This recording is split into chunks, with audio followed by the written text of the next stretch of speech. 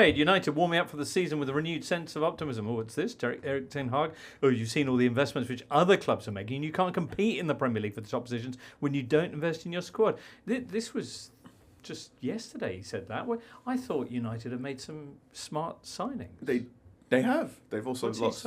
It's an interesting one. I think it's Ten Hag very much lowering expectations and saying, look, we're going to be better than we are last season, but the gap between United and City is still quite large. What about the gap between United and Arsenal? I think that'll be shorter.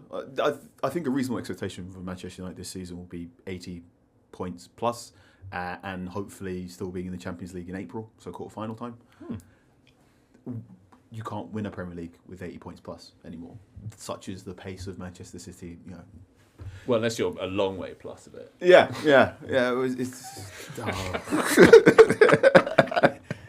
It's a fair point you make, Charlie. There have been some exciting signings. There are two of them from Serie A. Højlund for the 84 potentially, is it? million euros? Is that right? From Atalanta, record transfer fee for the Bergamask side. And Onana, who Charlie describes as transformative.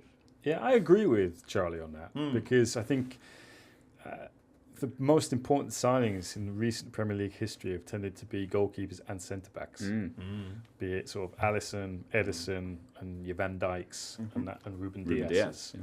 And I think Onana has definitely got that potential for United.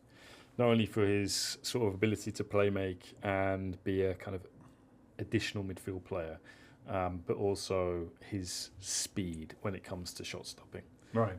He's super impressive. I mean, when we went to Inter's Media Day, James, before the Champions League final, I can't remember. Well, we were with Jolie and Lescott, but I think there was it was Owen Hargreaves. Maybe they'd gone to Inter's final training session before the Champions League final. Right. And they were amazed at how quick Onana was able to get his frame down and make saves. Right. And his distribution, when you talk about pace as well, his speed of getting the ball up, beating the press. And be able to play left foot, right foot as well. So I think he will be more influential than Højlund. Okay. Do you think Sasu Haino asks, do you think Højlund is ready to lead the line? James, you'll no doubt come in on this, having seen him at Atalanta. If he doesn't start well, are we likely to see the same negative effect of a large transfer fee that affected Sancho? Ooh. I mean, the big thing with Højlund is he's quick. He's very, very quick in a straight line. He's well suited to counter-attacking play.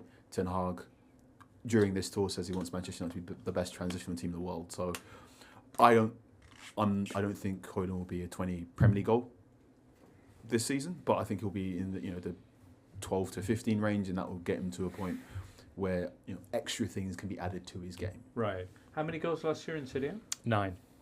In 32 matches? 20 starts. Yeah, I mean, he wasn't Atalanta's Player of the Year. He didn't even make top 3. I mean, that was Adam Olulukman, Teon Koopmeiners and Martin de Roon. But he was one of the best young players, even though he didn't win the Serie A Young Player of the Year award. That went to Nicky Beans, James, Nicola Fagioli, which is a bit of a surprising choice, to be fair. But, I mean, Gasperini is a coach who has made his reputation on bringing through lots of young players and achieving success with young players.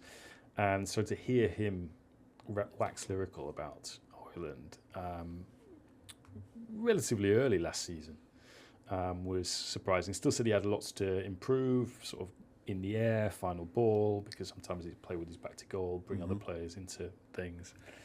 But there's a lot of potential there. Equally, I think Atalanta look at this and say, this is just ridiculous that we've managed to get prospectively 85 million for a player that we signed in the last week of last summer's transfer window. Hello there. If you've enjoyed this video, why not subscribe to this channel? The Totally Football Show podcast is available 3 times a week, bringing you all the football news you could reasonably be expected to care about. We've got views, we've got stats, we've got analysis, we've got some of the best football writers around, and the whole thing is absolutely free. So have a listen on Spotify or Apple Podcasts or all the usual places by clicking on the link below.